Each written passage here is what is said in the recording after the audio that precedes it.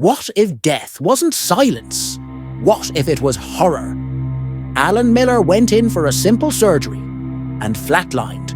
For 7 minutes, he was dead. But in those minutes, he says he saw something no one should ever see. His own body on the table, his own autopsy, and ghostly faces leaning over him that weren't part of the medical team. This story has left even doctors terrified. Alan was an ordinary man, a father, a small business owner. But that fall evening, under the sterile lights of an operating room, ordinary ended. As the anaesthetic took hold, he faded to black. He thought he'd wake up hours later. Instead, he woke up outside his body. On the table, monitors erupted into alarms. Alan's heart stopped. His skin turned grey, his body limp. The surgeons fought to bring him back. Compressions, adrenaline, electricity. 7 minutes without a pulse. 7 minutes of clinical death. But Alan insists he wasn't gone. He floated above them, watching his lifeless body. And as he looked down, the horror began. Alan says he saw more than doctors. In the corners of the room, faces began to appear. Hollow-eyed, twisted, whispering voices he couldn't understand. They leaned over his body, reaching for him.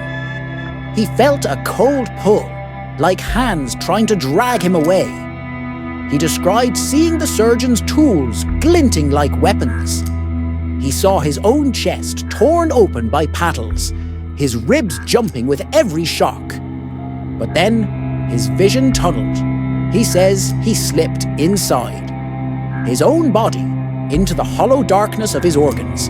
And there, by his kidney, he saw a small, pale lump.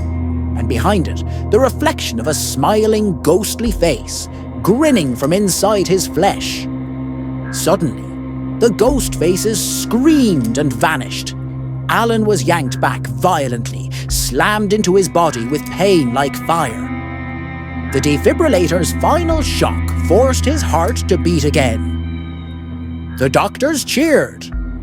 But Alan opened his eyes days later with something far more chilling than gratitude. He told the doctors every detail of his resuscitation. The broken IV pump, the misplaced paddle gel. Details no unconscious patient should know.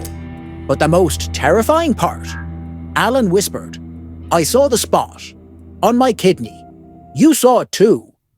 The lead surgeon froze. That spot, a calcified growth, was real, recorded in the confidential surgical notes. Notes Alan had never seen.